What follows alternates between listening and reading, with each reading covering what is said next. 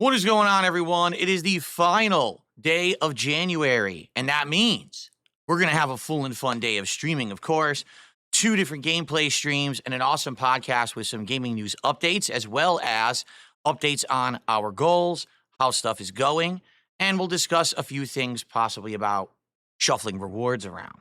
But it should be a great day. I'm excited for the final day of January, and I hope you are too, on today's episode of the Level 1 Podcast. Get ready for some meaningful content, because the king is back, the king of the live stream, the king is back. Woo!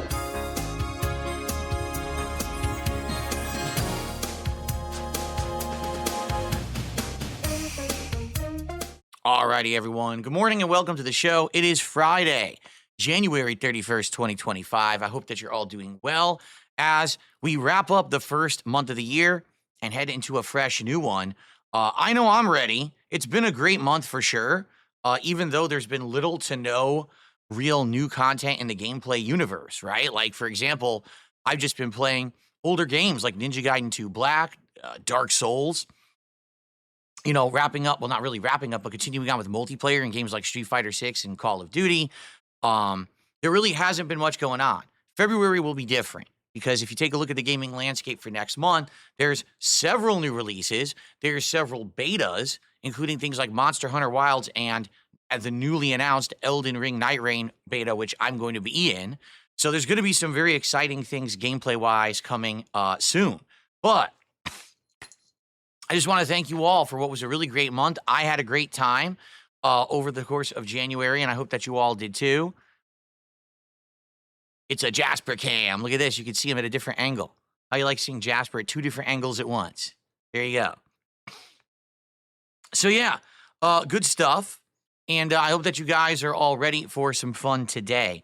On today's show, we've got some interesting topics to discuss, including the fate of Multiversus. I wonder how many of you remember that game. I actually played it several different times over its lifespan. There's a huge update today, and it ain't a good one.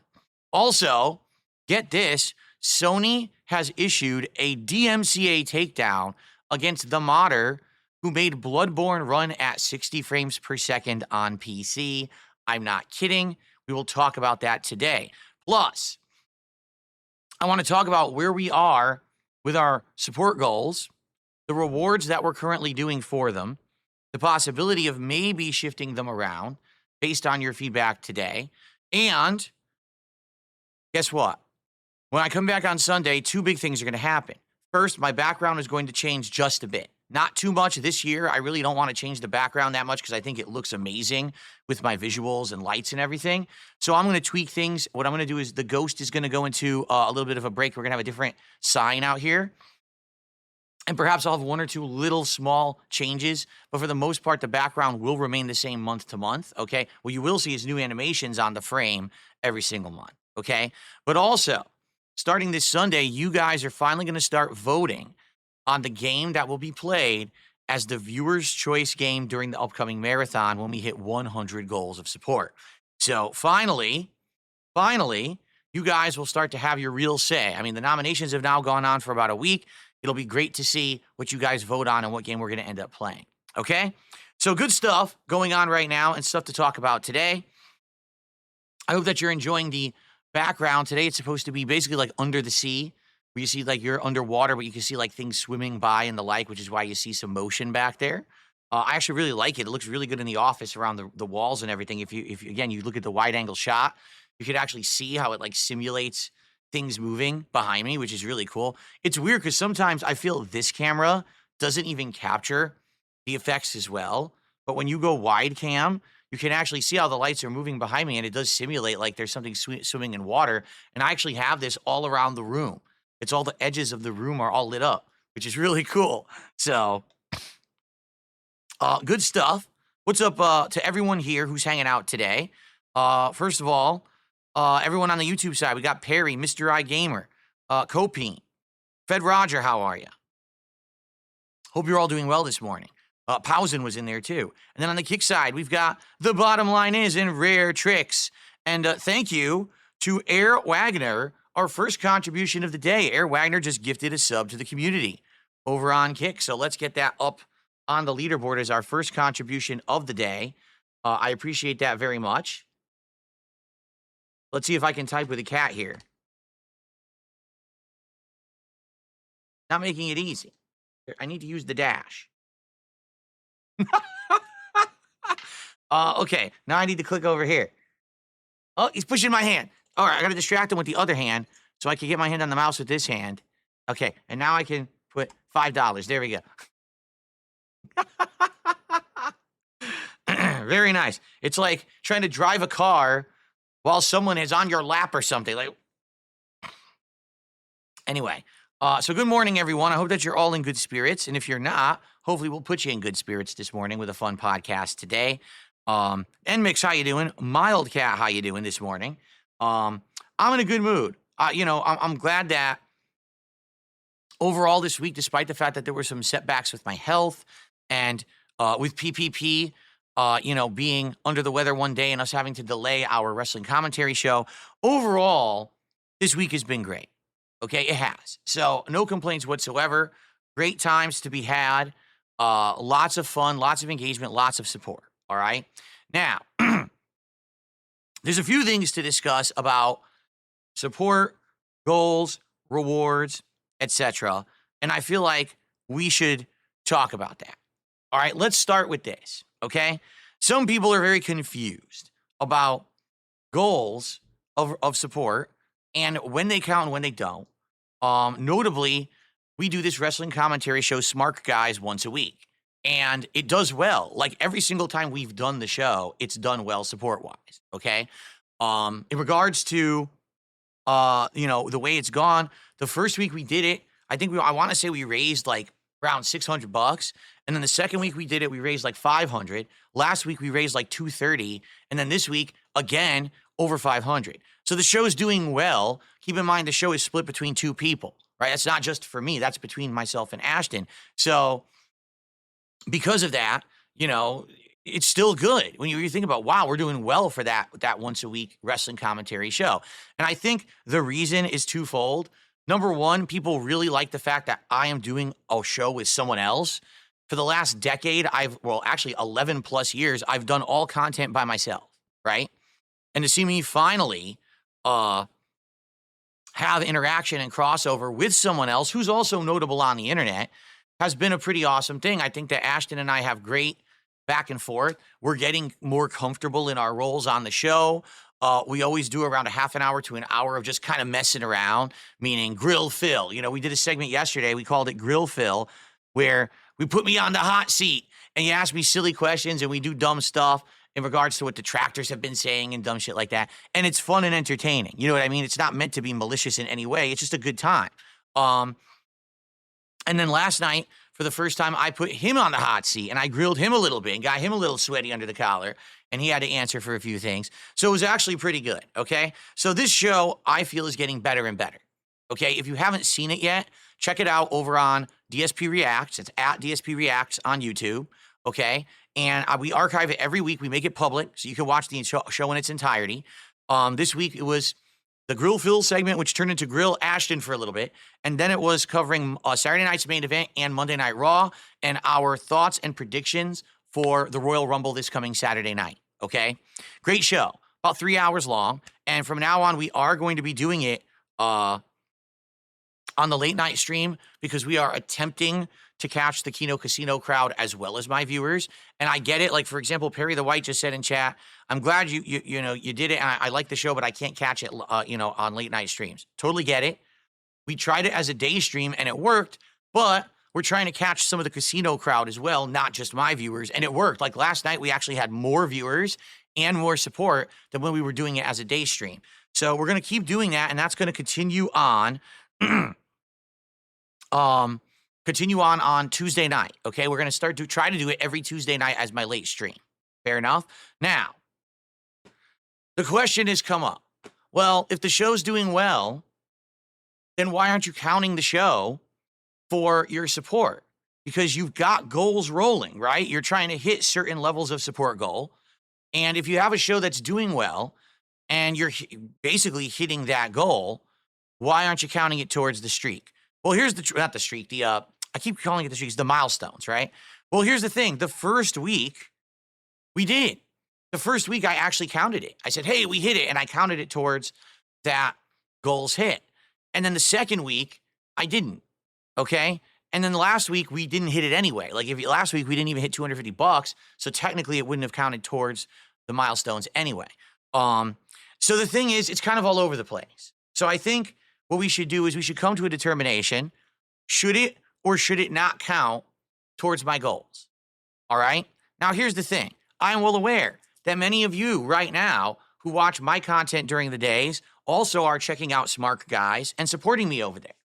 So in that regard, yeah, you can argue that should count then. At the same time, definitely there were people on the stream last night who were casino viewers, and they were very generous and supported it. And then you're like, well, they were really there for Smart Guys. They're not there to support Phil's content exclusively, so should it be counted? So here's the deal. We could argue either way, correct? We could. And here's the thing. I don't want to be talking about my goals during Smart Guys, okay? Because they're my goals. They're not PPP's goals. He has his own goals on his own show, Kino Casino. So I think what we will do moving forward is I will pocket all the money for myself and I will run. I'm just kidding. That's probably not what you were expecting me to say, was it? I gotcha. Okay, hold on.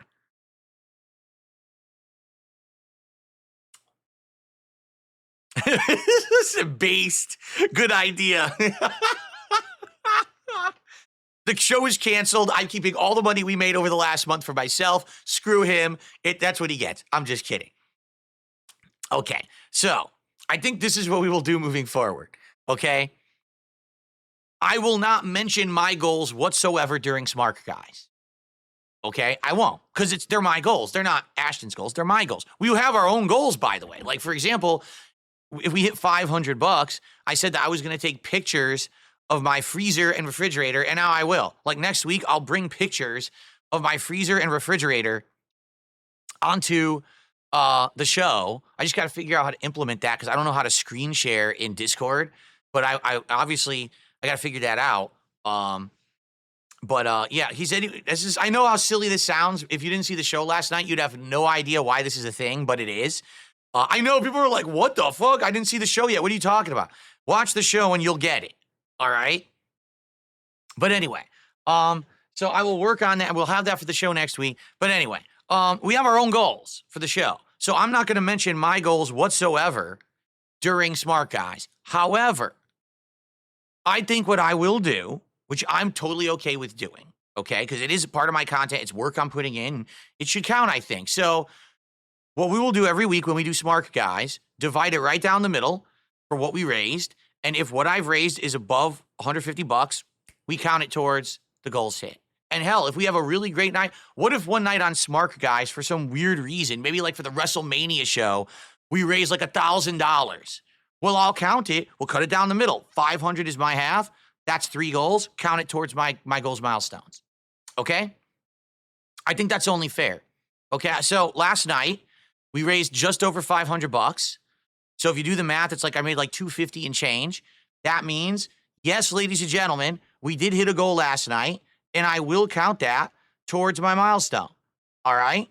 And this way, it's all on me. It's not on Ash or anything. He doesn't have to worry about it. He has no input in this. Okay? I'm just going to count it, and there you go.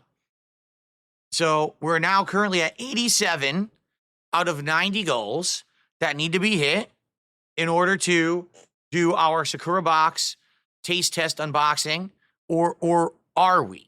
All right, let me explain in a second. Well, by the way, people are like, well, you got to make it rain. Of course I do. I have to make it rain. I mean, we hit the goal. Once again, we have filtered the troll, right? We're having a great time. The content is working. The new wrestling show is doing well, which I'm very pleased that we're putting this effort in and the wrestling show is doing well. Thanks to everyone who is supporting me in my own specific content and also on the new show. I really appreciate you all. Thank you so much, okay? So There we go. Yesterday, when I was playing Call of Duty, I was talking with the audience. For those who are here live, you know what I'm talking about. But for those who were not here live and haven't caught up with the gameplay, allow me to explain what I was talking about. All right. Oh, by the way, hold on. I received a $2 tip as our first contribution of the day from Flatman B. He says, "What's up? I finished Smart Guys. I'm sitting down after work to relax. Hope everyone's doing well. Much love and peace." Thank you, Flatman. What did you think of the show? I'm curious what your thoughts were, if you enjoyed it or not. I personally had a great time last night on the show,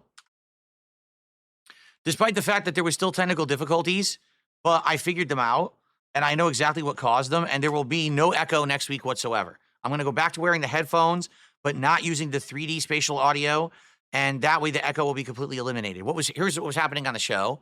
So the week before, there was echoing through PPP's mic. And it was because I had surround sound spatial audio enabled on my PC, which I didn't realize at the time. So I said, this week, I'll make sure that won't happen. I won't wear headphones. But what ended up happening was, when he was talking, his voice was coming through my speakers. As long as I was quiet, there was no echo. But if I was talking and he was talking, his voice was echoing through my microphone because my microphone was enabled as I talked, and you heard an echo. So you'll notice a lot of the show was fine, but then if we're both talking, you hear a big echo. So I can't play his voice through the speakers anymore. It ain't going to work. I got to wear headphones for the show, and I just got to make sure I have the spatial audio turned off, okay? We'll be good for next week. There will not be an echo. Fair enough? Okay. Now, thank you, Flatman B. I hope you enjoyed the show, and I would love to hear everyone's opinion. The thing is, we don't really get immediate feedback in comments because you can't comment on the stream until the show is ended.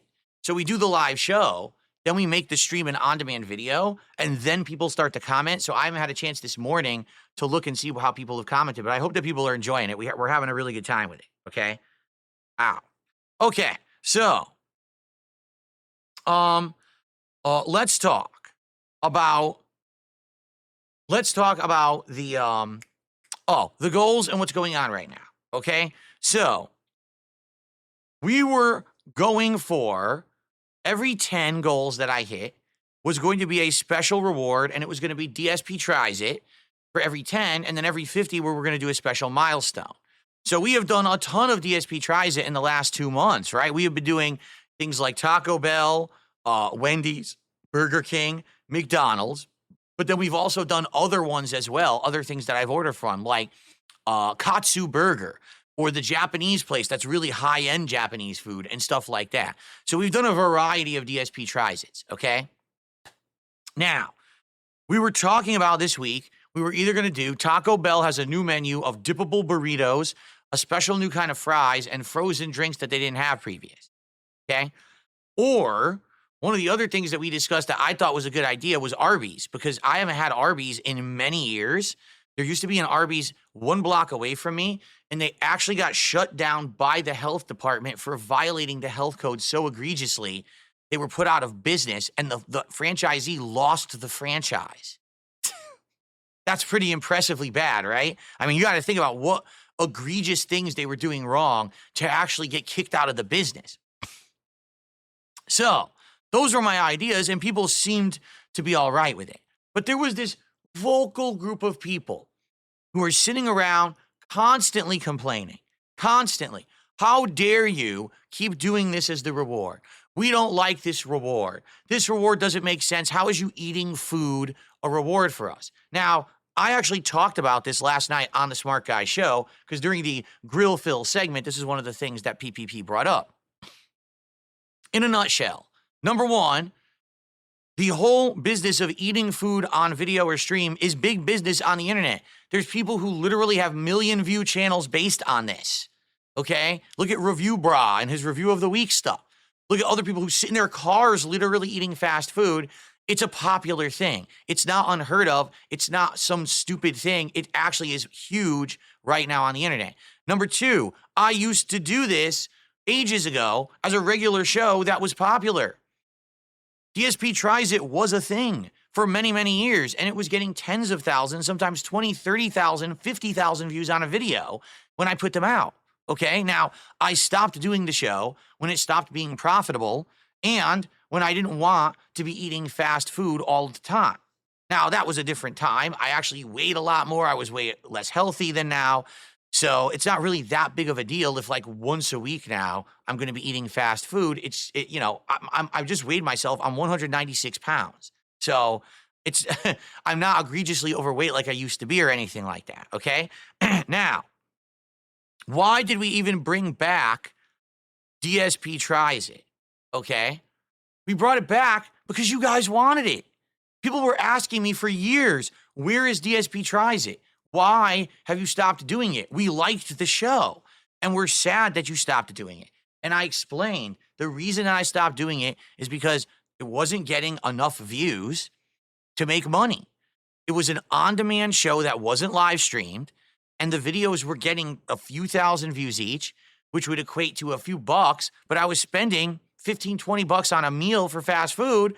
I was spending more than I was making. Why would I keep doing the show, right? But now, since you guys have been supporting me so much in the last 6 months, I said I will bring the show back as a reward. Every time we hit a certain milestone of support, I'll do an episode. I'll spend the money. We'll do it because it's not about me making money on the video anymore. And you guys have wanted this for the longest time, and you're having a lot of fun with it, right? So there you go. Now, what happens is when I provide something, everyone has to complain about it because that's the meme on the internet, is that DSP isn't good enough and everything DSP does sucks or whatever. He puts in no effort. He doesn't try, despite the fact that everything you see here and everything here is completely to the contrary. And there's no justification for anyone saying shit like that ever again. They still say it. So, the reward is that he eats. No, the reward isn't that I eat. It's that I brought back a show that was popular that I stopped doing because it wasn't profitable. But now I don't care if it's profitable because I can do it because you guys are supporting me so much and you've asked for it for so long. I'm giving you what you want. It's content that's popular on the internet and people like. In fact, the DSP Tries It videos are pretty much big views on DSP Reacts. They get 1,000 views minimum, sometimes way over that. As opposed to when I was doing my React show, those videos were getting like 200 views. So you're talking 5 to 10 times more views than the content I used to put on the React channel. You can't argue the results. People like the content, okay? Now, this week, I made a mistake, and I'm going to openly admit this. However, I think we're gonna correct course to fix the mistake. I listened to the vocal minority. And when you listen to the vocal minority, you always get in trouble. All right? So I shouldn't have listened to the vocal minority. I should have stuck with my gut, and I should have stayed the course, and I should have kept doing what I was doing, but I'm a fool sometimes. What can I say? Okay? The vocal minority, who are basically people who come into my stream chats and whine and complain. You say, we don't want DSP Tries It because you eating is a reward for you, not us, right? But then when I ask, well, what would you like instead of DSP Tries It? I get things like, why don't you do a giveaway? A giveaway. So instead of me doing a video or a stream of me trying fast food and rating it and you getting some content and everyone can enjoy that content because it's public content, you would rather I give something away that only literally one person will ever benefit from. How does that make sense? Okay, and I compared this to back in the day, I used to do giveaways all fall. Every week for 3 to 4 months, I was giving away games, collectibles. I was autographing stuff. I gave away a PlayStation 4. And the funny part is no one wants to talk about that.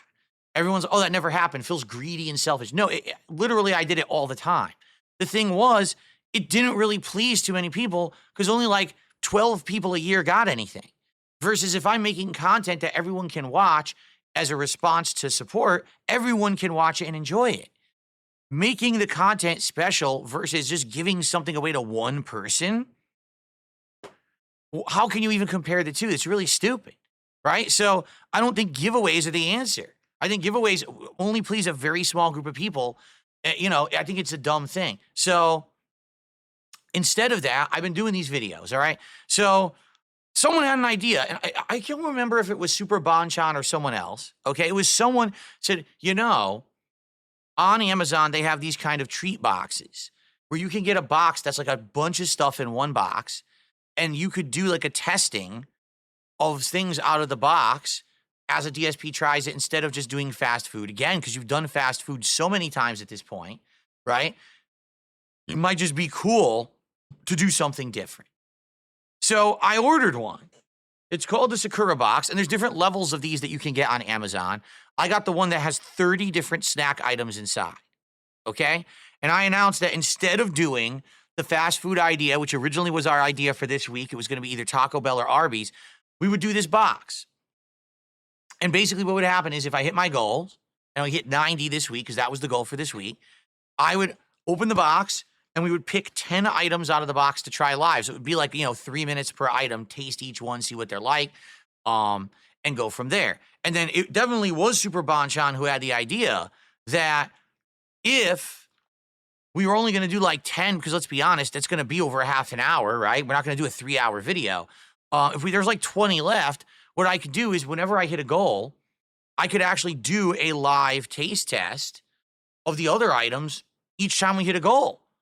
And I thought to myself, this is a good idea. This means every single time that we hit a goal, there's an incentive because there's an instant reward, right? And there's many of these on Amazon. There's a European box, there's a Turkish box, there's a Korean box. So I could basically get various different ones, and this could last a while. I could have enough to last another 100, 200 goals possibly, all right? I'm not saying that it's going to be going forever, but it's kind of an interesting idea, right? So I said, sounds good. Let's do it. And guess what? This week, momentum definitely slowed down and died. Meaning, I don't think there's many or any people who are super interested in this box. I think way more people were interested in seeing me do the weekly fast food DSP tries it, going to Arby's, going to Taco Bell, trying the new items, and then every once in a while mixing it up and ordering from somewhere different.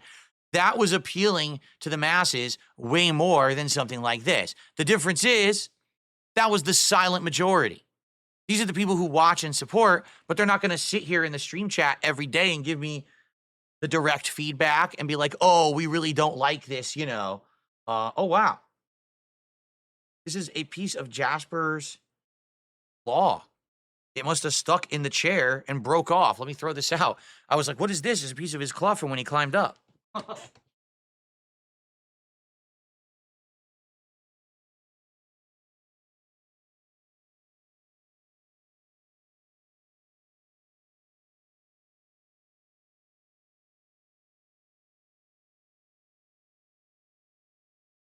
He must have heard me say his name because he just came into the office again. So yeah, I feel, at least from what I saw this week, okay, I definitely feel like the silent majority actually enjoyed DSP Tries It fast food stuff.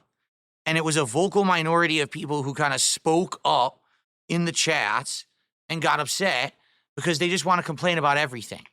Like, if you take a look, when I streamed the DSP Tries It, people liked them. People showed up. People were watching them on demand, for sure, on DSP React and leaving comments. And there was nothing wrong with it at all. So why did I change it? Because a bunch of people complained in chat. So why did I care? The way I see it is what's happening is it's getting harder and harder to figure out what people really want and who I should listen to. And I apologize for that because there very well could be people who this week are upset that we're actually not doing a DSP Tries It like I normally would do if we hit 90 goals. And that's on me because I guess I listened to the wrong people, all right? I think there's always going to be people who are going to whine and complain in my chat on purpose because they're trying to make me feel like what I'm doing sucks. They want to discredit me. They want me to basically be down on myself and make me feel like I don't make good content. The truth is, if I didn't make good content, I wouldn't be a successful content creator who makes what I make, who enjoys the lifestyle that I do, who is allowed to play games that he likes and enjoy time with his audience. I would be a schlub. I'd be living in a cardboard box. I wouldn't even have like a working toilet in my house. Sounds familiar somehow. Anyway, the truth is, people do like me. People like my content. People enjoy what I do. I have people who want to do work with me right now, FYI, and I haven't talked about this recently because it's still not locked in. I'm possibly going to appear in February on 2 different shows. Okay, both of which are going to be very positive appearances. Okay, and I'm going to let you know once I have the details locked in. One, I'm like just trying to get the date and time worked, and the other one, I'm still in negotiations about how it's going to work. So people want to work with me. People want to do stuff with me. I got a successful wrestling commentary show started up. Things are going good so far in 2025. I've got no complaints. All right. And I hope you guys understand that. Everything is going well right now. All right.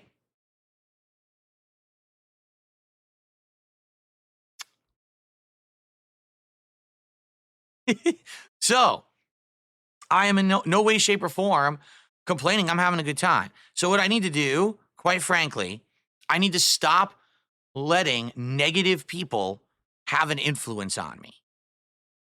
That's definitely what I need to do. I need to stop listening to the naysayers, to the people who complain about everything and just say it's not good enough. Because the truth is, my content is good enough, or I wouldn't be here right now, right? And I've made massive improvements to my content over the last year that people really appreciate and enjoy. I'm constantly doing improvements even further. I got this new angle, which I'm working on improving. In fact, new lighting is arriving today that will hopefully make this camera angle better. And perhaps we can use this camera angle to actually do face cam for gameplay. We're going to see what happens when the new lighting arrives and stuff like that. We've got all kinds of good stuff going on. So why am I getting down on myself and listening to complainers, right? I actually don't know. All right? I don't know. So I'm not going to anymore. All right?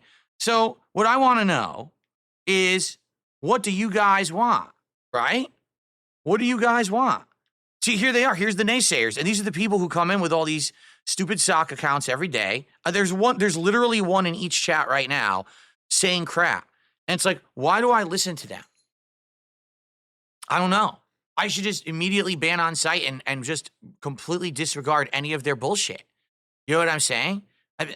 I don't know why I'll even let it get to me or listen to people complain. We don't like DSP tries it, so don't fucking watch it, stupid.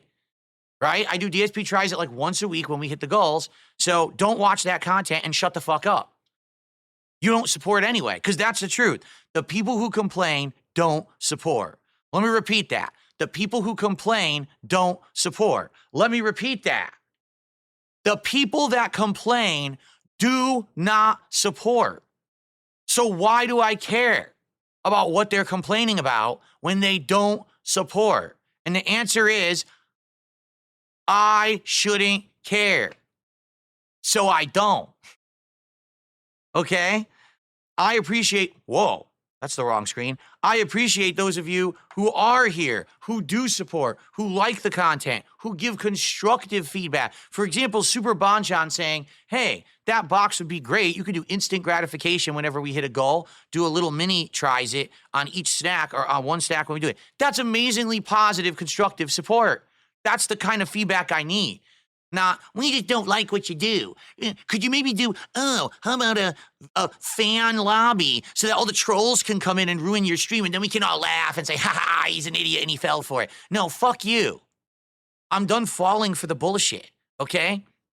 If something is working, I'm not going to listen to little wimps and sissies and bitches who just want to say everything is not good enough because you're not helping me and I don't know why I'm listening, all right? And what I'd also like to say is, those of you who are here, please be the voice of reason, because I know for a fact that there are many people here who like what I'm doing, all right, who enjoy the content, and then they see me react to this stuff and they're like, why did Phil just do that, right? You're right. I don't know why I literally, this box is a good idea. I don't think it's a good idea for DSP tries it. I think it's a good idea for something else. Let's do a mini reward every time we hit a goal. But who's going to want to sit here and watch me eat 10 snacks in a row? 10 snacks in a row? No. If I'm eating a fast food meal from a singular place, here's their new menu items, right? That's coherent. That makes sense. I'm going to eat 10 unrelated Japanese snacks in a row, everyone. Huh? It doesn't even make sense when you really think about it, right? So, I think that listening to all of everyone's feedback and pooling it together and more positively considering it in a rational manner is going to work better than me making knee-jerk reaction decisions like, oh, everyone's complaining about DSP tries it, so let's change it entirely. Okay? So here's the question. We're at 87 goals hit. First off, today's the final day of the month. All right? And I just want to say, I really hope that we do have a strong final day of the month, because the idea was that we were going to hit 90 this week, and then next week we were going to hit 100 so I could do this Viewer's Choice Marathon. All right? That was the idea.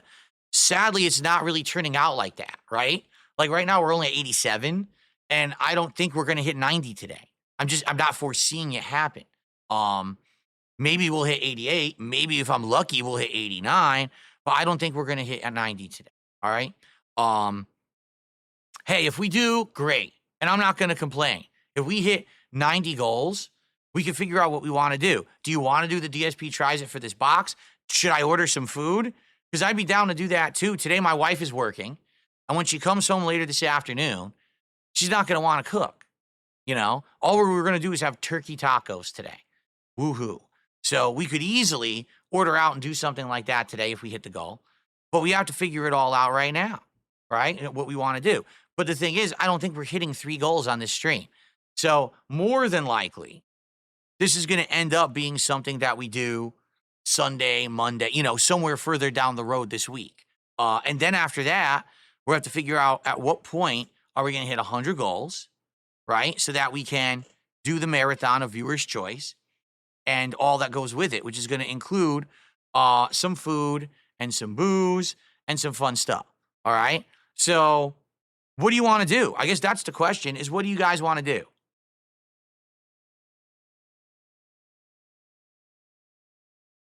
I'm 4-star. You should stop saying silly things, because you should cook for her and ease her burden. I'm working. I'm literally in this office till 4:30. She's home before me. She doesn't want to sit around and wait for me to finish in the office to then cook. She's hungry. So, no, that's not going to work. Nice try, though. Anyway, so, I don't know. What do you guys think? Right? I'm curious. And by the way, I'm going to do shout-outs in a moment. Thank you, Perry. Perry with a big contribution. I'll shout that out in a sec. But what do you guys think? Should we continue on with the idea of when we hit 90 goals hit, we do the 10 treats DSP tries out of the Sakura box? Or should we do actual, you know, like we were doing, order some food, whether it's Taco Bell or Arby's or something else if we figure something else out, whatever it may be? Should we do that? And then maybe every time that we hit a goal after that, I do the idea where we taste one thing out of the box each time we hit a goal, which would be kind of neat. Just grab anything, see what it is, and go from there. What should we do? What do you think? And that's the other thing too, because we had other ideas, and I said, can we do other things, right? I would be willing to try other products and try other things. And then people start with meme bullshit. Oh, tactical soap because King Cobra does it. Fuck you. No, really. No, fuck you. King Cobra. Yeah, we're really fucking equivalent, right, stupid? No, stupid. We're not. So shut the fuck up. I don't care about tactical fucking soap. If you actually wanted me to try a product, all right, that would be fine. But you know, it's different if you just want me to do it for a meme that makes no fucking sense. It's going to be a wasted video, because that's exactly what it's going to be.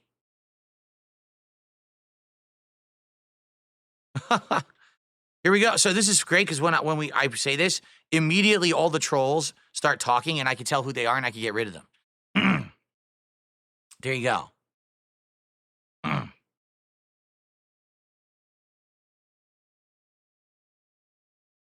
Here we go. Here's some more. So I'm glad that I bring it up. I do this because then I can cleanse the fucking idiots out of there. A nice cleansing. Just like as if I wash with tactical soap, I can cleanse you from my chat. So you don't have to listen to your insane mouth-drooling nonsense. Okay. All right. So,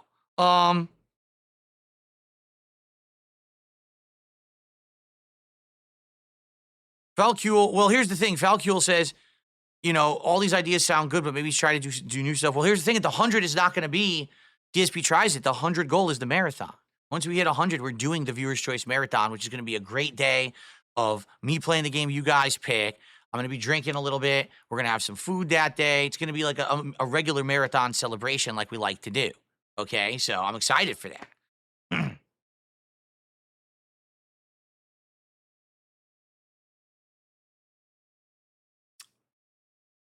Okay, so let's figure this out. All right, let's think about it. Now, right now, we're not hitting any goals.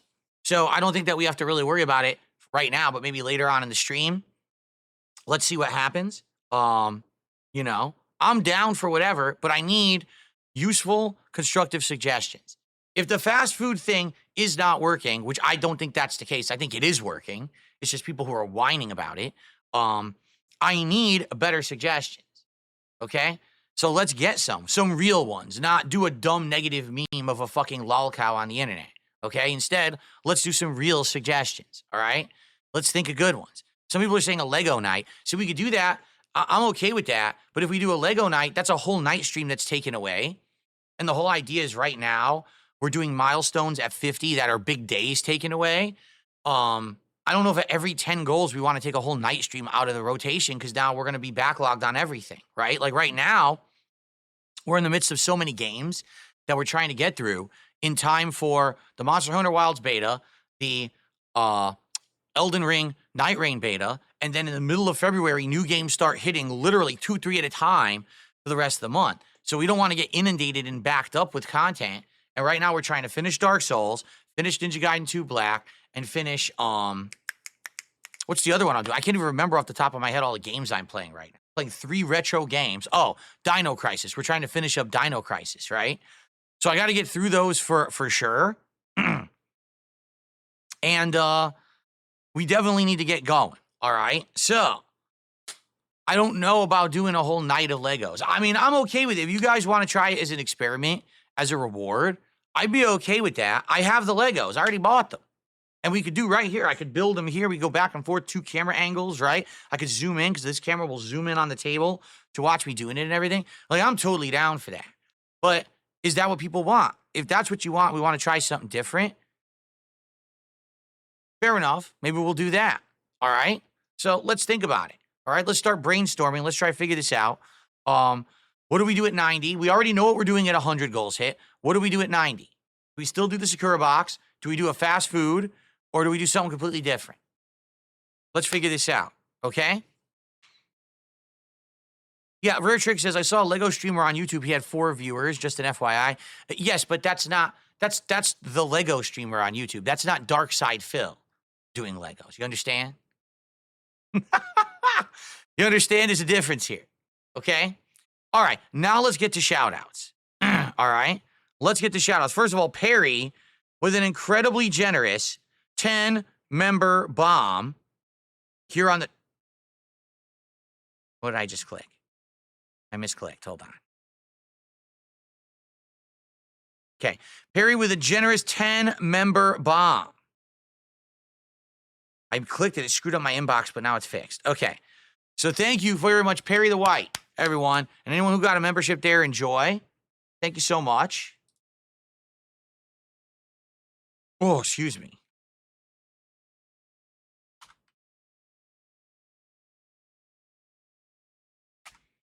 Counts for $30 of support today. Means we're at 37 and climbing. Thank you so much, everybody. Cool.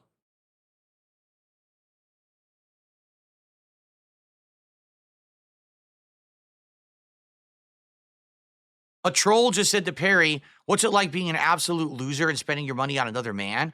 Well, I don't know, Irby. Why don't you tell us what it's like being an absolute brokey who has no money to spend on anyone, which is why you're jealous that Perry has the ability to spend money on whatever he wants. You stupid cardboard living bum. Shut the fuck up and enjoy your permanent ban, you bitch-made idiot. Okay.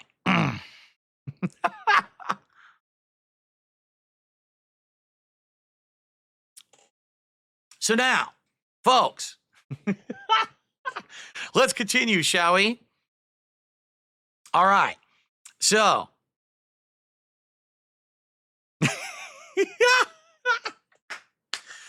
well, if you can't afford the Pokemon cookies, I mean, anyway. So, I do have a couple news stories I want to cover today. All right? Oh, really? Mortarian B says, I really don't think you're going to like Monster Hunter. It is a really grindy game. Let's try the beta, because I think we should give the beta a go and see how it feels. And if it's something that I like, great. And if not, forget it, right? But I think I should at least give the beta a try rather than keep skipping, and then being told later, oh, you really missed out, right? Okay. I received a $2 tip.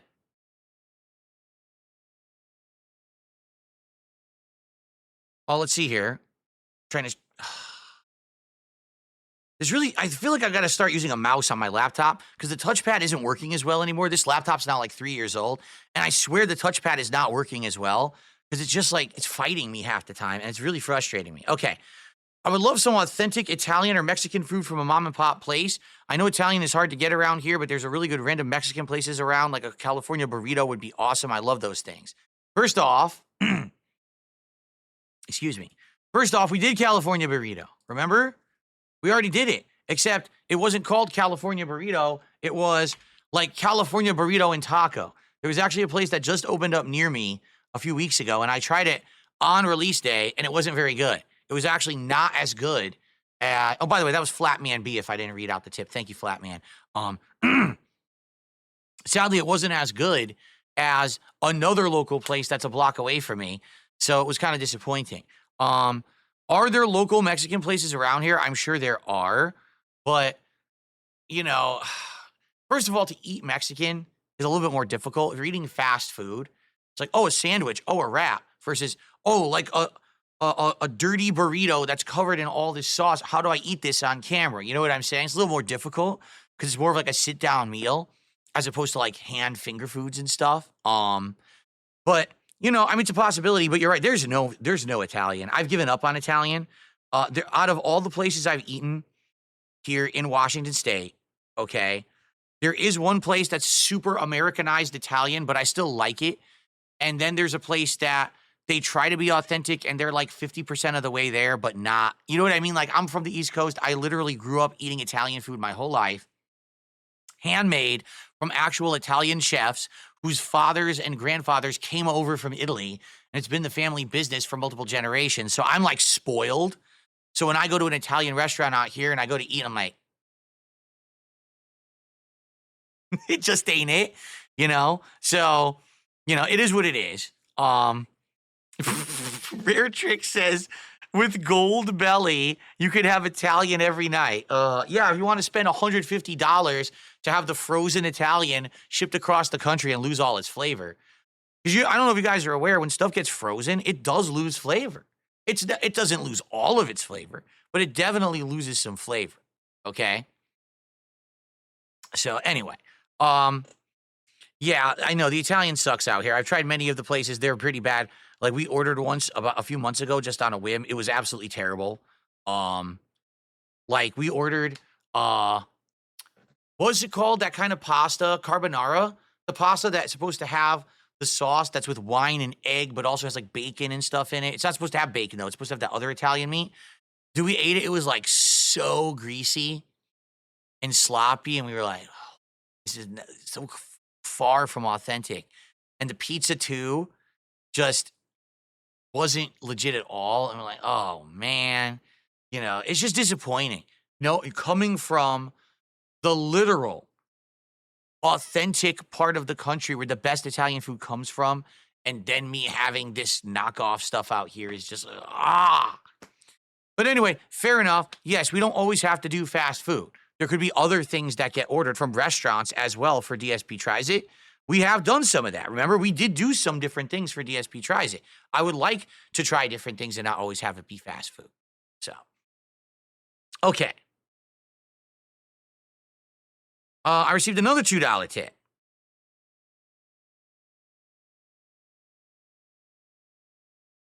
So basically, it's a troll. So I'm just gonna ignore them. Fucking idiot. Okay.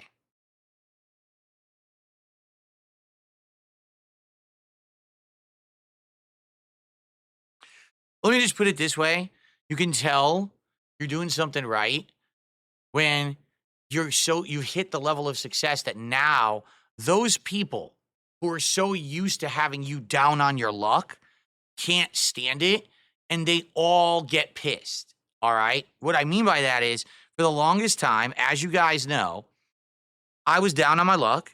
I was the whipping boy of the internet, right? And everyone was constantly dumping on me and hating on me and making me the butt of the joke. If you haven't noticed, since last summer, when things have changed, big uptick in positivity, popularity, and support that I've gotten, association with Keno Casino and others as well because of this, right? Ever since this has happened, you notice that I'm not the joke anymore, that I'm not the name in everyone's mouth and the thing that everyone name drops and just hates on anymore. Because basically that negative stigma is kind of gone. The thing is, my detractors still need that stigma for their content to make sense. So now they try so hard to cope and just spin every little innocuous piece of nonsense into drama that it makes no sense. It's just that they've been exposed for being so obsessed and cult-like because they can't let go. Things have changed for the better, but they won't acknowledge it, you see? So what's hilarious is now you're seeing way more people in chat who are being toxic because they keep making more and more dummy accounts. They keep sending me dollar tips that are insults and nasty emails and shit. We're going to respond to every X account post that he makes with a it's petty bullshit. If you want a good laugh, all you have to do is read video responses or video comments, again, responses to my ex, and read some of these comments in chat, and you will laugh your ass off at how fucking miserable and sad these people are, that things have changed for the better for me and my family. They can't take it. They're like, oh my God, it's not like it used to be, and oh no, we have to cope. We have to figure it out. We have to keep making these accounts and keep doing it. What they don't realize is literally all they have to do is move on and leave me alone, and their lives would get significantly better. But they can't because they've built these toxic communities around hating on Dark Side Phil. And all that has fallen out from under them now. All they have is themselves. They don't have the entire internet community on their side anymore because no one hates on Dark Side Phil anymore but them. So they were exposed as obsessed losers, and they can't handle it. They've had this ultimate coping for the last several months that don't worry, the casino guys are going to snake Phil. It's coming. Really? It's coming still? Do you still think it's coming? Do you think the ultimate snaking is still coming? I've got a show with Ashton that's making good money every week. That's successful. I've got other things lined up. My setup is massively improved. All I'm literally waiting on is new games to use it with. Like, is the snaking coming still? Really? You still think this? Okay, keep believing that. Keep drinking your fucking Kool-Aid. You're insane.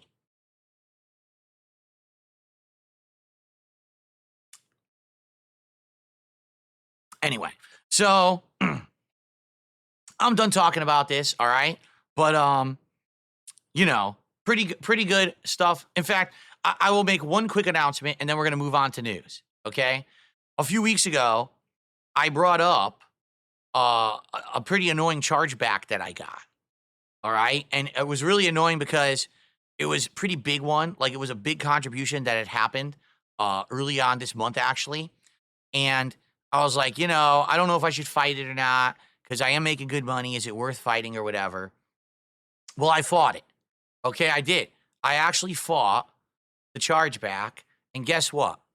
I won. So I get to keep all that money. And that idiot who tried to commit fraud is now going to be investigated not only by PayPal, but by his bank as well. I saw to it. I provided all the evidence. So we'll see how they feel when their credit card or bank account gets closed, and they probably have an investigation being led against them. It'll be quite interesting, okay? Okay. Anyway, let's continue with some positive stuff today. So there's the joke, because these idiots have been making accounts like prison for a chargeback reel over on Kick. Yeah, you can actually go to prison for committing fraud. I don't know if you knew that. Are you aware of that? That you can actually go to prison for committing fraud? Yeah, it's not a joke. If you commit fraud by charging back and lying, and you get investigated, you can actually go to jail. You think it's a joke, but it's actually not. You will actually be investigated and go to jail if you break the law. I know this sounds like a crazy concept because in the United States in the last several years, they've been so lax on law enforcement. Like you can literally walk into a brick and mortar store, fill your arms with product and walk out and no one does anything in certain states. So I get that people think, no, you can actually go to jail for committing crimes. Yes, it's possible. So this person outright lied, okay? Lied. And said something that was not true, okay? I proved it within a shadow of a doubt that what they were saying was a lie. And now, not only do I keep the money, but now they're being investigated. So we'll see how it goes. I don't know because I won't be in the loop. That's the thing. That's the way it works is once there's a ruling like that and then they move forward, I'm out of the loop. But all I'm going to say is they did it to themselves. You commit crimes. You put yourself in hot water. You'd be a fucking idiot, right? I mean, what else can I say? Okay. What's up, Game Boy? How are you today? All right. I received another $2 tip. Okay, again from Flatman B, and he says, I'm Italian. I was spoiled with awesome mom and pops where I grew up.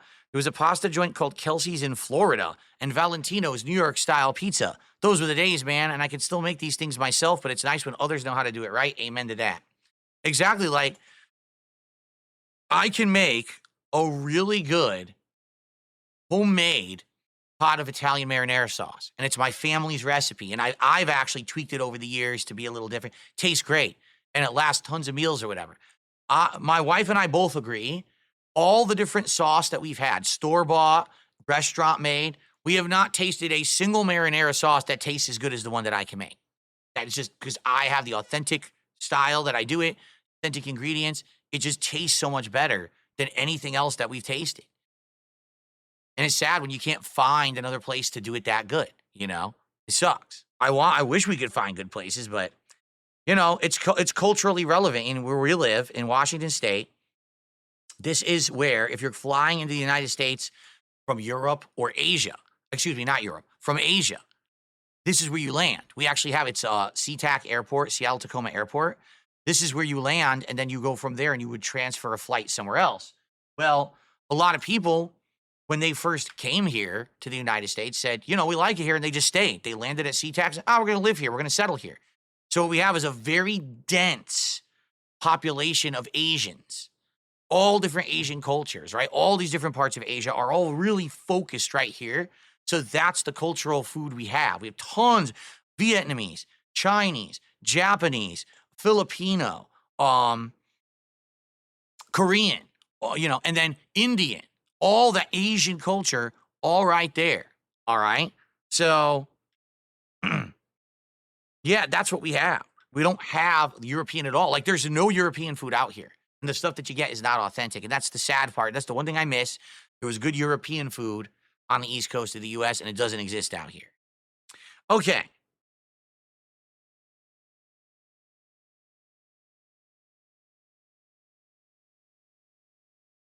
So, I have a couple news stories today. All right? I have a couple news stories to cover. All right? So, here we go. Ready for this one, everyone? You may have remembered a certain game. Whoops, hold on. Gotta start that one over. We're playing Dark Souls, right? All right, so my camera needs to be here. So, you may have remembered a certain game that I've played over the years, all right? This game first released as a free-to-play open beta like 2-3 years ago. It was called Multiversus, and the whole premise of the game was that it's going to be a Smash Brothers-esque online fighting game, okay? Yes, there'll be party elements, but also it's supposed to be taken seriously as a competitive fighter with balance. And the idea was that it was going to be characters from all these different Warner Brothers properties. So when you think Warner Brothers, what do you think? The Looney Tunes. But you also think, oh, Warner Brothers owns DC, so all the DC Comics superheroes. Well, they threw in everything. Iron Giant, the Gremlins, right? All this kind of stuff was thrown in there. Scooby-Doo. And the idea makes sense. And the premise is interesting. And when this beta first came out and I tried it, I actually really liked it. Like, I significantly enjoyed this game, and I played it for a few months, and at first it did work. At first it was quite entertaining and fun. But then you guys kind of got bored with it, and I was like, I'm not really bored with it. I'm trying new characters. I'm enjoying myself, but the audience got bored. And the thing is, I don't really feel like you guys are the kind of audience that would even like Smash Brothers. You know what I'm saying? Like, I've tried Smash Brothers over the years too, and after, a few sessions, you got bored with that too. So I get it. Like, it's not for my audience, all right? But the game definitely had an audience, and there was an active community around this game that was engaged and excited. And the guy who's like the lead developer of the game was very, very interactive with the audience, and he would talk with the fans and players all the time about things that could be improved, significant things, that could be tweaked to make the game better. So this lasted, I want to say, about 6 to 8 months, where it stayed in open beta. Now, here's the thing. You could spend money on the game. You could actually buy like an early access kind of a deal. And if you did, you got added skins and content in the game. So a lot of people did spend money on it. And we're like, oh, that's interesting. You could do that, but the whole model was always supposed to be it's free to play. You don't have to buy it, but you're going to spend money over time through microtransactions. So for example, yes, you could technically unlock a character for free, but you're going to take so long to do so, you're likely going to want to spend some money to accelerate the process and get characters more quickly. All right. Personally, this is exactly what I experienced. Like, when I started playing Multiversus, I liked playing like 2 or 3 characters, but I wanted more.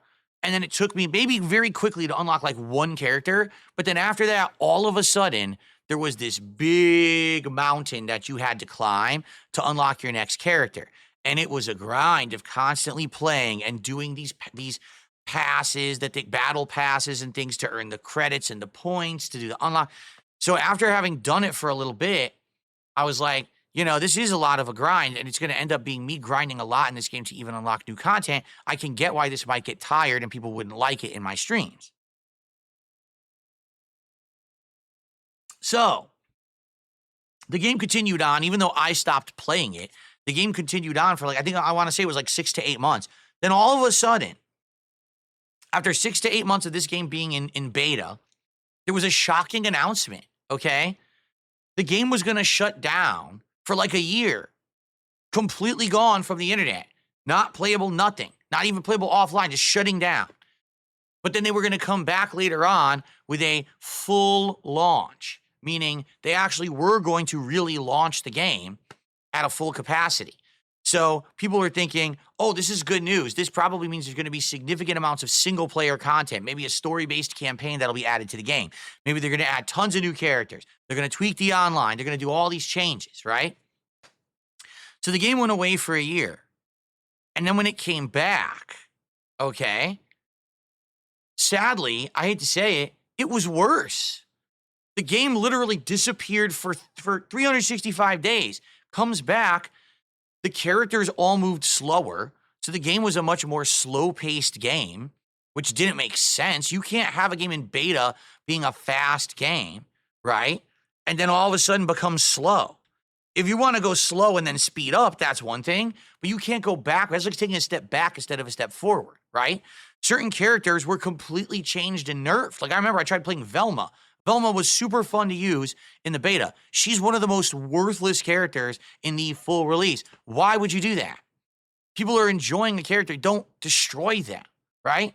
And so what ended up happening was, when the game had its full release, people were super excited, started playing it, and then immediately there was this big fan backlash. Why did you make these changes? We don't like them.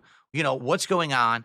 And so there was this constant kind of back and forth between the viewers, I keep saying viewers, the gamers, the players, and the development staff to figure out what they needed to do. But sadly, it looks like all of this is for naught. All of this effort, all of this adjustment, sadly, will come to absolutely no positive conclusion. Because as you guys can see, this morning, Multiversus made a very grim announcement. Okay, here it is. It's been an incredible ride, MVPs. Thank you for all the support. For more details, visit our blog and FAQ. But here it is in a nutshell. Season 5 will serve as the final update for Multiversus, beginning on February 4th, 2025, and ending on May 30th, 2025. After Season 5 ends, players will be able to enjoy the game offline for the foreseeable future. Wait, what? So what they're announcing is they are ending development 100%, and after May 30th, you can't even play a competitive online game online anymore. They're actually cutting the servers, and you can only play it offline with your friends locally from now on. Holy shit. That's terrible. So this tells me a few things. This is my first take, because actually there's a very good post down here that I want to read through with you guys. But my first take is, I hate to say it, the free-to-pay model doesn't work. All right? It doesn't. Like, imagine if Smash Brothers was free to play, and then they tried to nickel and dime you by having different colors and outfits, or, oh, only 4 characters in Smash Brothers are unlocked, but as you play more, you can unlock more. Unless you spend money, then you can accelerate the unlock process to get characters in Smash Brothers. Who would like that? The answer is no one, okay? This whole free-to-play games-as-a-service model doesn't work. And it's happening again and again, where you see companies that are trying the model. They want to try to be like Grand Theft Auto Online. They want to try to be like Fortnite or like an Apex Legends. But the model doesn't work for every game. They've now tried it with a fighting game. It failed miserably. People were not consistently spending on the game, and therefore the game didn't really turn the profits they needed to make it be able to be successful. So that's sad. But I feel like if this game actually had been a full-fledged buy-it-first game like Smash Brothers, it probably would have worked. Okay? Now, let's take a look, because this post actually is quite good. All right? I want you to take a look at this particular post here. This person, I think, really knows their stuff. So listen, here are the mistakes made by PFG for the next entrepreneurs who want to create a successful game. If you don't know, PFG is the name of the developer. That's the abbreviation. I forget exactly what it stands for. Players for gamers or something like that. I can't remember exactly what it stands for. But, so, huge hype at launch, but barely any updates to the players left. It's true. What they were doing is they were tweaking the game. Oh, I'll tweak this move, I'll tweak that. And every once in a while, they would add a character. But they weren't really adding new modes. They literally never added offline content. So it became 100% pure play online, and that's only going to be supported through a certain amount of time, right? First beta was abandoned. Then a full year of silence and many fails in terms of communication. Keku hockey ads. I have no idea what that means. But yeah, if you go into open beta, right? And then all of a sudden, you decide you're going to pull your game for a year. You better come back supercharged, right? Like, you better come back with great new features. The game feels like it's a whole new game. And what happens is they pulled the game for a year, came back, and the game legit felt worse than it did before the year. So what did you think was going to happen? If you have a beta, technically that means you're testing it to get it ready for release. Not, we're going to hide the game for a year. So it was a very bizarre choice the way that it was gone about. Relaunch was worse than the beta. Game felt downgraded despite Unreal Engine upgrade claims. I completely agree. When I played it, it felt like it was a different game, and it wasn't as good. It was too slow, and half the characters sucked. Major bugs, hitbox issues, and balancing problems. You know, what ended up happening was, it was like every single week, someone found something broken in the game and would report it, because people would just abuse it online. It would be unbeatable. So then they'd patch it, fix it, and then something else would be found. And then something else would be found. So, there you go.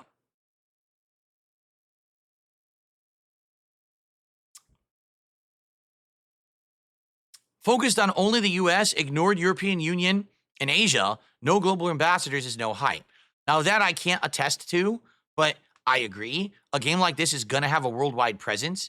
You need to have people worldwide representing the game. And if they only focused on the United States, I think that was a big misstep. Predatory monetization, 70 plus hours to unlock a single character. This I have to agree with. Like I said, when you first play the game, you can unlock 1 to 2 characters relatively quickly. And then all of a sudden, this ginormous wall to climb to earn enough of the in-game credits to get your third or fourth character. And after that, it's like impossible. Like, do you really want to grind that many hours to get another character? No, you're either going to spend money or you're going to quit the game. And sadly, most people just quit the game. So if you're going to have a free-to-play model, great, but you have to have it be a reasonable free-to-play model. A game like Marvel Rivals, which right now is free-to-play but seeing success, has all of the characters unlocked. What you're working towards is earning cosmetics, customizables, but all the characters are playable at once. When you're actually locking the competitive play of the game behind paywalls, you're doing it wrong, okay? Broken characters at launch with infinite loops, untested mechanics, and then terrible balancing. Skins and cosmetics mismanaged. Skins were removed, downgraded the rarity, false promises. Competitive scene was dead on arrival. There were no real tournaments, no prize pools, and no proper ranking system. And Evo hype was all for nothing. Zero investment in esports, while Brawlhalla thrives by doing the opposite. Yeah, this was bizarre. I remember it was, 2-3 years ago when Multiversus was brand spanking new and everyone was playing it. They paid tons of money to have their tournament be held at Evo. And Evo had a 2v2 tournament that was ultra hype and paid out a lot of money. And then after that tournament, it was as if it never happened. They held no other tournaments and competitions. They did no other further competitive promotion. It was like, why did you do it then? Your game got monstrous exposure on the biggest stage of the world for fighting games, and then you just squandered it. Like, why did you do that? It's baffling. It's absolutely confusing. And Jasper Kitty is very confused about it as well, as you can see right here. That's not correct. Right here. That's not correct either. Right here. Jasper Kitty is very confused. I'm confused. What about you? Why'd they do this? So there you go. All right, let's get back on topic here. Okay. Oh, Jasper's on camera. A competitive game without a roadmap, cash prizes, or global community support is dead on arrival. Warner had $200 million, but didn't even invest in esports. A few million in cash prizes could have changed everything. Multiversus had everything to succeed and still managed to flop. Massive missed opportunity. What a waste. Yeah, and here's the thing, all right? So there's a big three of these kind of games. Let's be honest, okay? There's been 3 attempts to make a game like this work. One was called Smash Brothers. One was called Sony, what was it? Oh, no, PlayStation All-Stars. And then there was this one, right? Multiversus. Now, there's been a few here or there between there, correct? But let's be honest here, all right? Everyone who tries to capture that magic in a bottle that Smash Brothers has had fails. Has there been a single game that's emulated Smash Brothers and worked? Not really. Even when it seems like they're doing everything right. Like that PlayStation All-Stars game seemed to be doing everything right. It had all your characters from the classic Sony properties in a game. All the characters were unlocked at launch. You had to buy it up front, and they tried their hardest to get it into competitive communities and get it played competitively. It just didn't work. And the reason I think it didn't work is because, let's be honest, Sony properties are nowhere near as popular as Nintendo. Okay? Maybe you can argue Nathan Drake and Kratos, but outside of that, do you think anyone cared about Fat Princess? Right? As opposed to Nintendo properties, everyone knows Donkey Kong, Mario, Kirby. You know, those are popular franchises that resonate with a mainstream audience, okay? With the case of Multiversus, I hate to say it, I do feel that the properties they have with Warner Brothers do resonate with a mainstream audience. I feel like they had, if anyone had an opportunity, okay, to be successful in this realm, it was Multiversus. And the fact that they made these bad decisions, I mean, the worst decision is free to play, but unlockable characters you have to pay to accelerate. If you don't, you have to grind 70 hours, and then don't support a competitive community. Those were their 2 fatal flaws. Those 2 things is what killed it for me, I feel. Like if they had a big competitive community where people were playing in tournaments and hype, and you could play all the characters, I think they would have been fine. But instead, The game wasn't doing well after 8 months, so they pulled the plug for a year, brought it back, worse off. So what did you think was going to happen, right? I'm sad. I thought this game had massive potential, and I liked it when I played it. It's really sad to me to see a game like that I feel can work, fail. We need more interesting concepts and original games. That game was that, and then it broke. It's like, damn, that sucks, you know? Anyway, it is what it is. If you are interested in Multiversus, now is your last chance to play it. You only have February, March, April, and May, and then after that, it's offline for good. Sure, you can play it offline with your friends at your house, but how many people are going to do that? Probably not many. So I strongly recommend you check it out while you still can. It is a good game. At least it was during the beta. And, you know, I hope that you'll enjoy it for what it was, but what a disappointment and what a sad end, right? Like, really, really sad.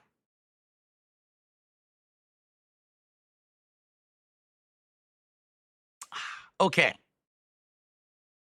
I have one more news story for today, and this one's pretty quick, okay?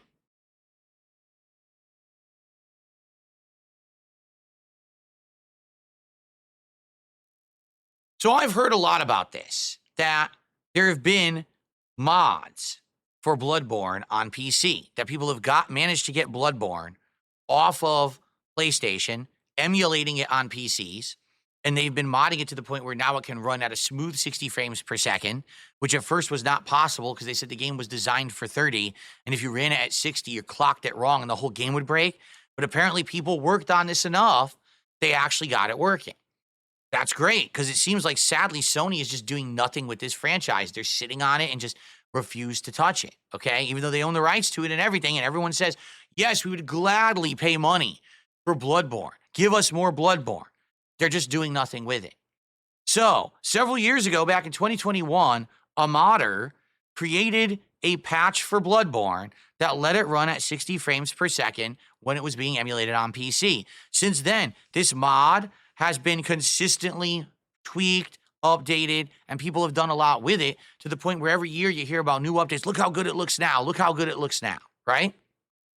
And a lot of people were excited that perhaps eventually this would turn into, oh, Bloodborne actually running at 60 frames, and Sony would embrace it, and it will become something as a reality that everyone could play. Well, ladies and gentlemen, after around 4 years of this mod being available, Sony today issued a DMCA takedown notification to the modder, Lance McDonald, saying, take it down.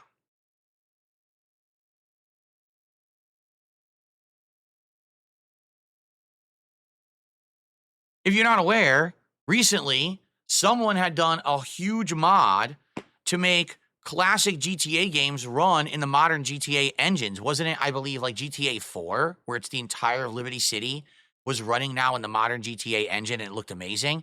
And Rockstar took it down. And I look at this and I'm like, can we ask an honest question here? All right, I understand protecting your IP. I totally get that. It's your intellectual property, and you want to make sure that no one is doing anything with it that misrepresents it, that dilutes its value financially, right? There's people who are invested in this content and they want to make money on it. But if you're doing nothing with it, nothing, if it's a dead franchise because you refuse to do anything with it, why would you take action against someone who likes it and has such a passion for it that they take it into their own hands and actually want to do something positive with it? I could get if this guy, all right, oh, this is not the PC emulation mod. This is another mod, apparently. So apparently there's multiple mods for Bloodborne, okay? How much you want to bet that other one's coming down too then, right? So here's the thing. If they're not selling your game, reselling it, if they are not telling anyone to get it for free, if they are not costing you dollars, and if they're not misrepresenting, like, for example, if this was, oh, we remade Bloodborne, but everyone's nude, it's a porno mod. Well, that's fucked up.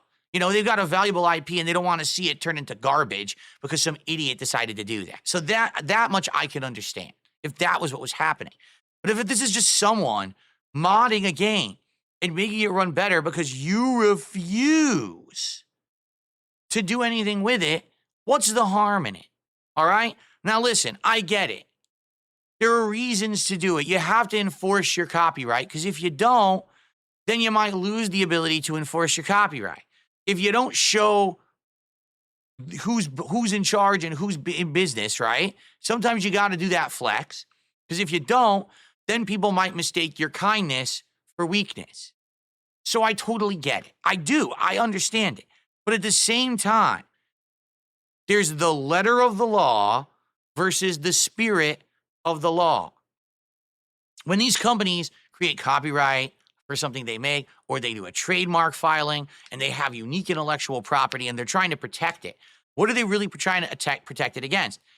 Having it be diluted, having it have less value because someone screwed with it, having it be sold or given away for free, which again dilutes the value for anyone who has financial investment in it, right? If making a mod to make the game run better doesn't do any of those things, do you really have to be a dick about it and say, hey, it's our right to do so, so let's just do it? I don't know. Like, I could definitely see if Sony has plans in the pipeline to re-release Bloodborne for a profit, and it's coming, the remastered edition is coming, or if Bloodborne 2 is in development and we just don't know it yet, and it's going to come out and shock the world, then I could understand enforcing your copyright or your trademark or whatever it may be. But if you are being so negligent, if that piece of creative work, that art is sitting there covered in dust and cobwebs, and everyone wants you to do something with it and you just refuse and refuse and refuse time after time, what's the harm in letting someone else do something? I don't get it. Letter of the law versus spirit of the law. Do they have the legal right to do this? Absolutely they do. But do they have the moral right to do it? Sadly, morals don't determine our legal system. They could do whatever they want because they have the rights, but the sad fact is we absolutely may never see Bloodborne have another edition. I recently replayed the game on PlayStation 5 Pro, which very minorly upgraded the graphics to have a little bit more detail and texture. It was a fun run. But man, it was no Bloodborne remastered and it was no Bloodborne 60 FPS. They absolutely would make a fucking mint if they made those versions of the game. They refused to do it, and it's sad because when you have art captive, when people want more and you refuse the people, things die on the vine. And that's what might happen is in another 10 years, maybe no one will care about Bloodborne anymore because people are tired of waiting. And that's sad because this is one of the best games of that genre. This game is consistently better than so many games that try to be Bloodborne, but they won't do anything new with it. I just don't get it. I think this is one of the ultimate head scratchers of gaming in the last decade. Why Sony lets Bloodborne die and does nothing with it. And the fact that they're taking action today, in my opinion, is stupid. And that's my take. Okay. All right, folks. So that's what I got to talk about today. A couple interesting topics, right? So we got a little bit of extra time. We got camera angles to spare. What do you guys want to talk about today?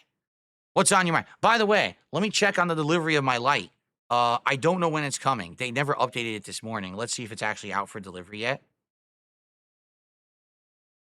It is, but it's not arriving for this stream. They're saying it's going to arrive between 3:45 and 7:45 p.m.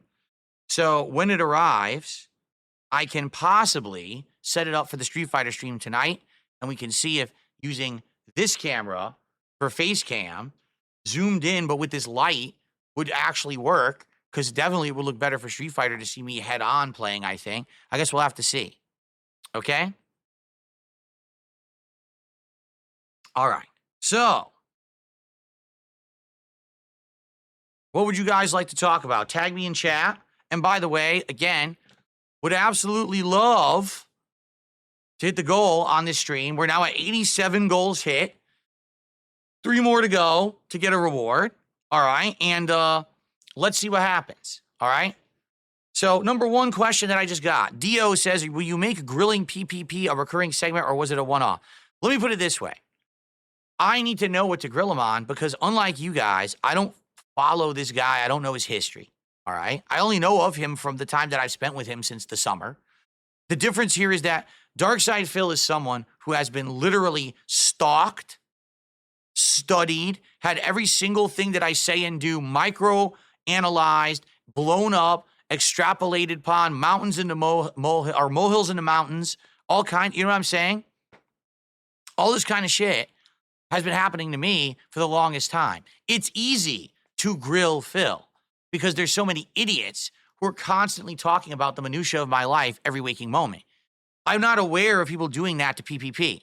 So I don't really know what to say about him to grill him back. And I just sadly don't have time to watch Kino Casino when they do it. I don't. Like, I haven't seen an episode of Kino Casino since December. I haven't tuned into a show. So because of that, I'm not up on their lore and stuff that's going on over there to really bring it up. For Ashton, he's lucky that he has legions of moronic, mouth-drooling detractors to follow to do the segment. I don't have that to follow him. So if anyone has ideas of what to grill him on, you could always send them my way, and we'll see, how it goes. I do feel like doing back and forth is better than just one-sided, right? I think it would be a better segment, but I need to know exactly what to talk about, right?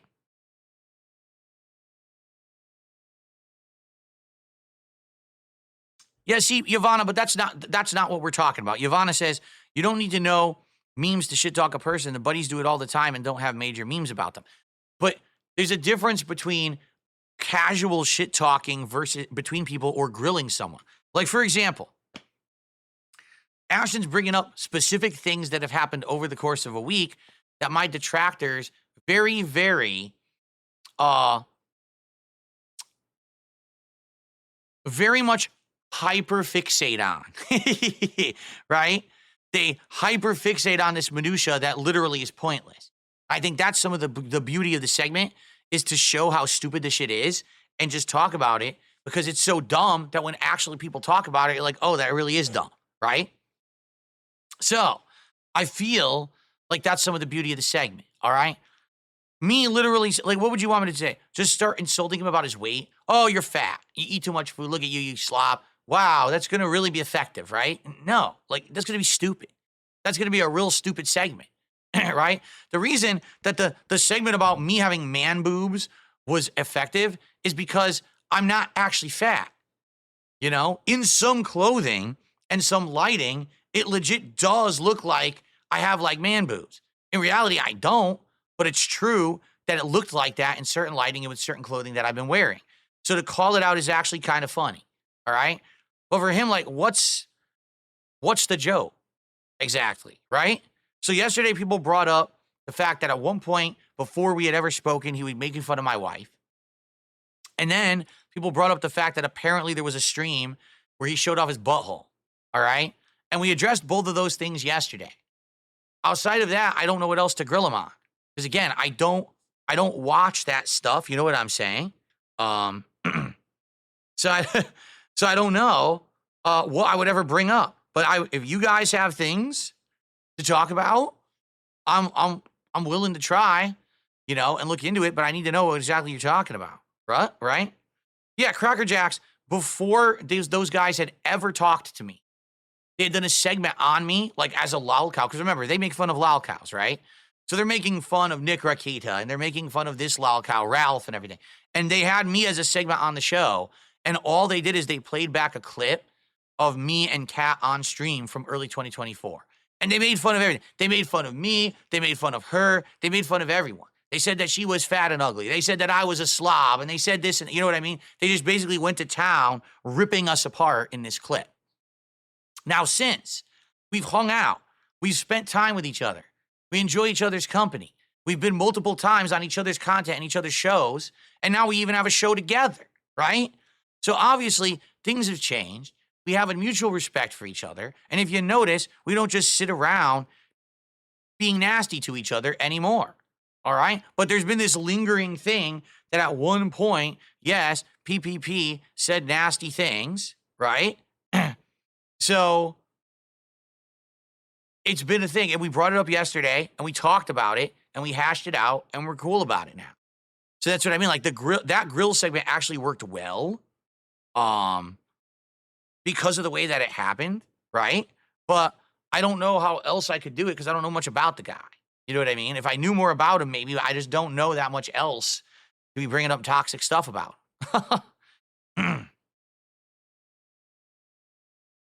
I mean, the bottom line is, let's be honest. He says, do you agree with PPP's statement? You're one of the greatest log calls of all time. I mean, dude, do I agree with it personally? Well, yes and no. Let me put it this way.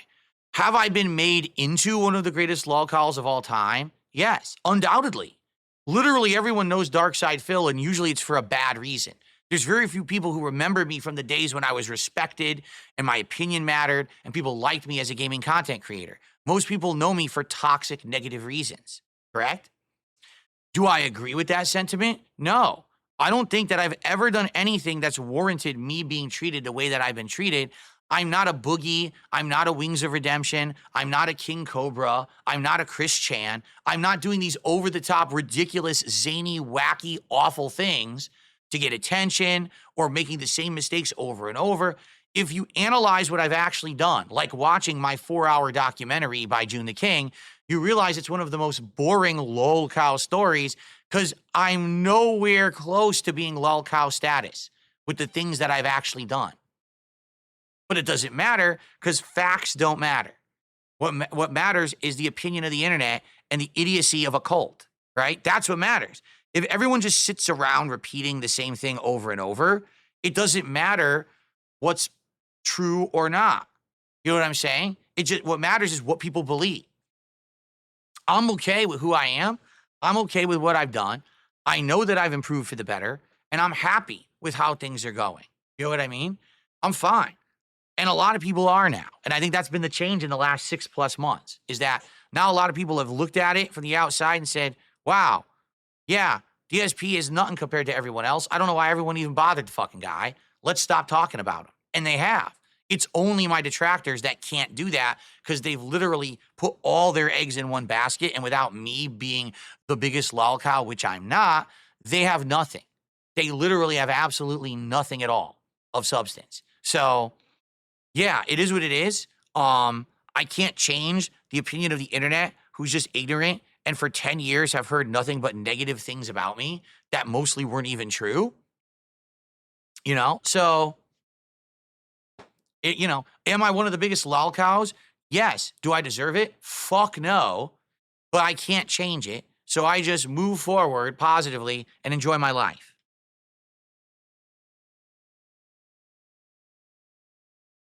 Okay. I received a $2 tip. Again from Flatman B. He says, at my biggest, I was 240 pounds. Now I'm at about 200. I need to get to like 180, but I'm slowly but surely getting there. I had to get rid of bread, which sucks because I love bread. I'm 5'10", so 180 should be good. When you get older, losing weight is a lot harder. Of course, For me, when I was fat, the water weight was the first thing to go. When you stop constantly doing the bad habits, like drinking soda or eating very fatty foods right before you go to sleep and stuff like that. I'm cutting stuff out of my diet, meaning cutting the fatty red meats and things out of my diet instead of eating lean meats like turkey and chicken instead of beef, right? Once you start doing those things and you've got past that quick loss potential, it's harder to whittle down the rest. And I've been working to whittle down the rest. Like I said, I just weighed myself the other day. I'm 196. My ideal weight, I was told, is 185. So I've got another 10, 11 pounds to go. Those are going to be the hardest 10 or 11 pounds because it's going to be really skimping on things like you just said, breads and cheeses and eating at night and stuff like that. And probably I will never even get there unless I actively start working out again, which I haven't been doing. Totally. I do have a treadmill that I get on from time to time, but I haven't done it recently. But I did just clean out my garage, so there's potential that I could move stuff there, maybe even have like a home gym in my garage as I get older. that I would probably really enjoy using. In truth, I actually really like working out. When I've done it actively, it feels good. My body feels very good when I'm working out. So I'm actually happy to do it. I just need to get into a schedule of doing it. When can I do it? How to do it easily. But like someone had said the other day, they said, would you actually go ahead and go to a gym? No. Why would I go to a gym? I have a perfect, home. I just get some home equipment and do it that way. And that way I don't need some ongoing membership. I don't have to travel to go there to do it, right? How tall am I? I'm 5'11".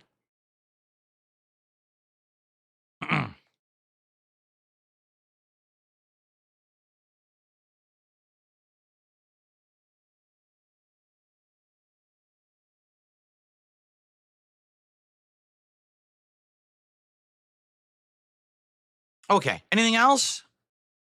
Any other last minute questions or things to bring up before we jump into Dark Souls for today? Excuse me.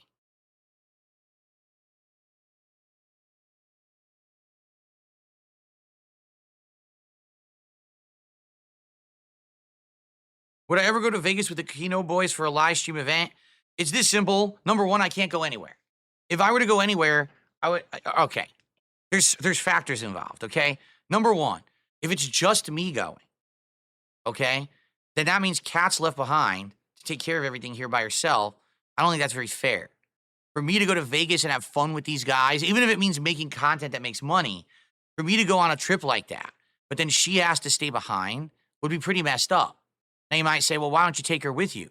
Well, because we have a family. We have a cat who very much hates other humans and is deathly afraid of them. Jasper Kitty is scared of other humans. Every single time that we've had another person come into the house, he runs for the hills and goes under the bed and won't come out until the person is gone. He's actually that afraid. And we're talking just normal stuff. When the guy came to install the ceiling fans, gone. We have a guy who comes here to do a quick maintenance job every like 6 months. I know this, it's kind of a weird thing where our condo association has an insurance policy where as long as we have someone come and clean our dryer ducts every 6 months, I think we get some kind of like a group discount on the insurance policy or something like that. I'm not sure exactly how it works.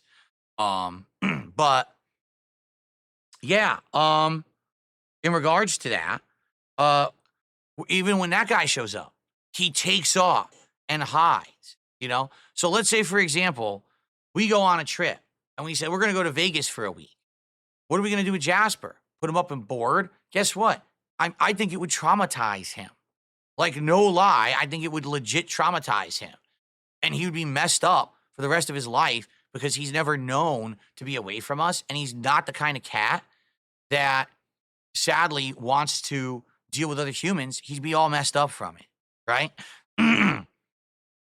So I'm just not going to do it. I'm not going to put him through that. And, I kind of knew we were getting into that when we got the Jasper, that it's the same as if you're bringing anything else into your life, whether it's a creature or a human or whatever. You got to treat them like they're a member of your family. And I'm not going to put him through torture, and I'm not going to get him, all messed up in the head because we want to have a good time. So would we like to eventually go on a vacation somewhere? And by the way, if we go on a vacation, it ain't going to be Vegas. We want to do something. We're going to go somewhere nice that's relaxing, that we can unplug from the hustle and bustle of the modern life and internet. Maybe go out to the mountains and spend a week in a nice cabin lodge where we can have good food and cozy up and, listen to some music and sit in front of a fireplace and do something nice like that. We don't want to go somewhere it's a tourist trap, shitty place where you drop tons of money and shit. You know what I'm saying? So we're thinking about it, in that regard, but we're just not willing to do it with Jasper Kitty. It's too much of a thing. It is. It's just too much of a concern, right? Is that we would be hurting our family member for personal stuff, and it's just not worth it, Could potentially we do like a staycation where we go for a day or two somewhere? That we could probably do, Leaving him all alone for a day probably isn't that big of a deal. But as long as we leave him enough food and water and everything, and lights are on, heat's on, and everything. But more than like a day, I'm not going to do that to him. And everyone laughs, oh, haha, yeah, whatever. You can make fun of us, but we love our pet, and we're not going to treat him and mistreat him in a way for personal stuff. We're just not, okay?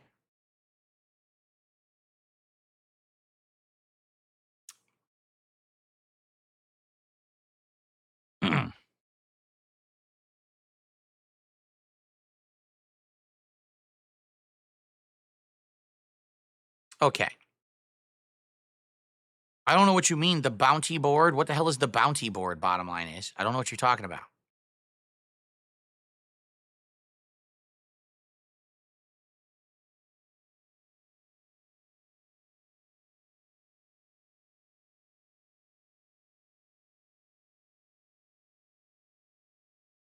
Again, Drew Corporation says, why don't you have a caretaker stop by and change the food and stuff? That has nothing to do with it. If we're not here, it will mess him up. To have a stranger come in the house and be filling his food bowl and changing stuff out and doing that, and we're not here when we've been here for his whole life with us here for many years, it's going to be traumatic. You understand? It would be one thing if he was the kind of cat that was not so social, right? If he's the kind of cat that he likes to keep to himself, but then every once in a while he comes by and wants pets. A lot of cats are like that. I think they're called a blue personality. There's 3 kind of cats. There's like pink, blue, and green. The blue personality is independent, likes humans, will come by and spend time with you, but then also goes off and does their own thing. Jasper literally doesn't do that. All right. At every moment, he wants to know where we are. He wants to be close to us. There's some days I'll be in the office, Cat will be downstairs. He'll sleep in the hallway because he wants to be equally close to both of us. He 100% is the most social kind of cat that there is. And again, some people don't get it, and I don't blame you, but it's not your place to get it. It's ours because we're his parents. Get it? We're his caretakers. So it's on us to do the right thing, not you. So it's none of your concern. It really isn't. And if you have a problem with it, tough shit, because it's our lives, not yours, and you can kiss my ass. You should respect others, desires of how they want to live their life and if they want to take care of their pets or not, so too bad. Maybe I'm too good of a pet parent. I don't know. But that's my decision to make, not yours. And if you don't like it, you can kiss my ass.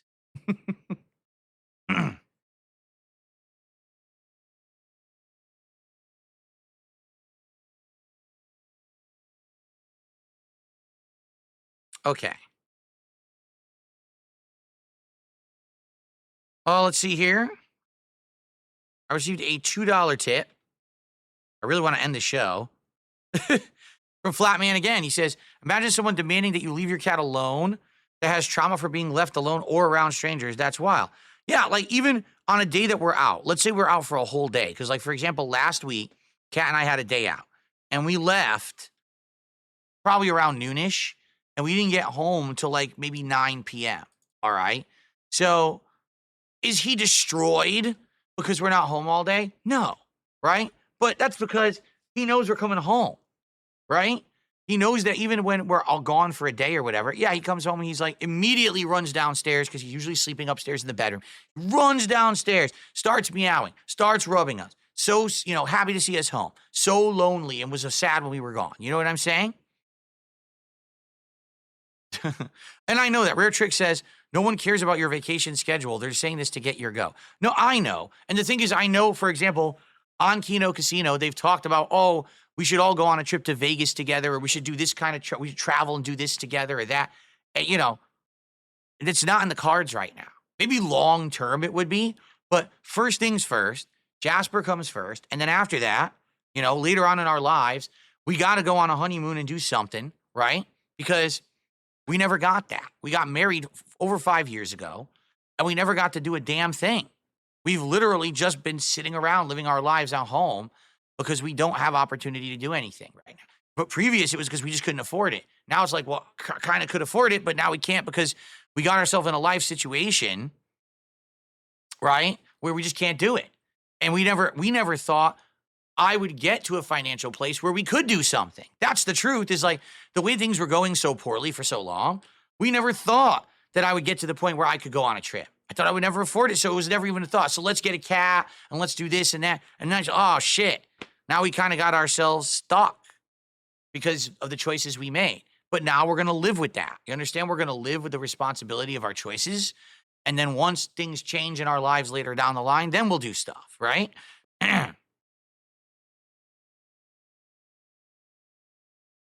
My marriage is more important than a cat. You're right. And my marriage isn't going to end because we're not going on a trip.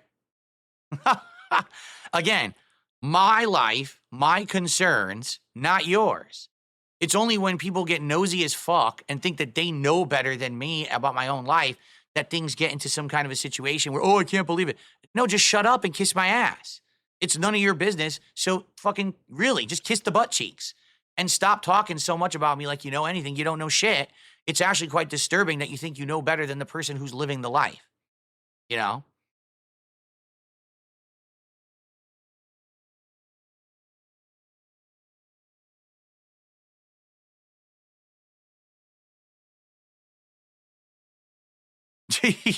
Well, no, we're not going to make Jasper a service animal. That's the other thing. Jasper hates traveling. When we put him into his carrier to take him to the vet, the moment he hits the car, he's meow, meow, meow, crying in the carrier, meowing loudly because he's very, very upset and disturbed. He hates being outside the house. He's a homebody and he's a social at-home cat with us. That's his life. That's the life he knows. That's the life he loves. That's the life he wants to live. And he has the right to live that life because we provided that for him. And to take that away would be completely unfair. So we're not going to do that.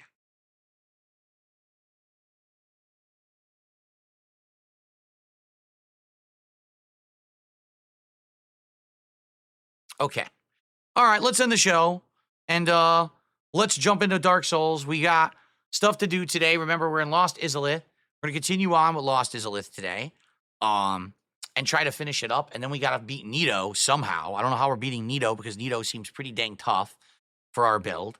And then we've got the DLC to start, which I got to remember. How do you start the DLC? Because I can't remember how it starts. I've forgotten. It's been so long. And then after that, we got the end of the game. So we've got, a lot of stuff still left to do in Dark Souls. I would argue 2 to 3 more streams likely, depending on how things go today. So let's jump in, shall we? There may be one final contribution. Again, my touchpad is malfunctioning here.